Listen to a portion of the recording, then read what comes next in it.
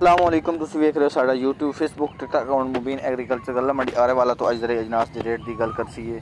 काली सरसों 5500 तो लैके 5900 रुपए तक, दरमियानी क्वालिटी वाली जी सरों 5400 तो 5600 रुपए, पीली जी सरों वो 7300 तो 7500, दरमियानी क्वालिटी वाली 6900 तो लैके 7100 रुपए तक। तांज 17-18 दी 11-21 मार्केट की 6100 तो 6300।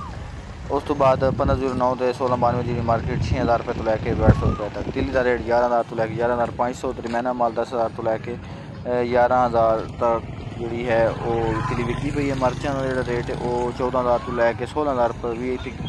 वीआईपी माल विकता पे बाजरा रेट 4000 तो लैके 4300 रुपये तक। मटर जोड़े वो 2400 तो लैके 2600 रुपये तक।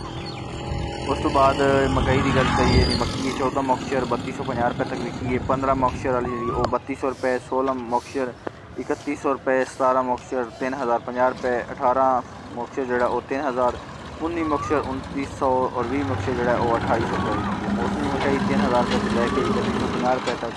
मकई की वंडा क्वालिटी और 2200 तो लैके 2900 रुपये तक।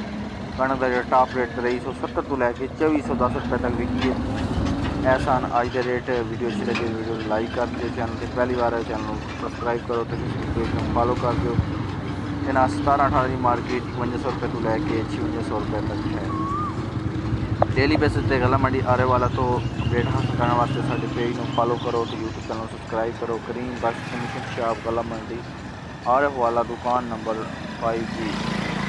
और माजर नाल अजकल जी वीडियो डेली बेसिस पर नहीं बनाई जा रही, काफ़ी मसरूफियात है जिस वजह से टाइम नहीं निकल जा रहा ज़्यादा वीडियो का।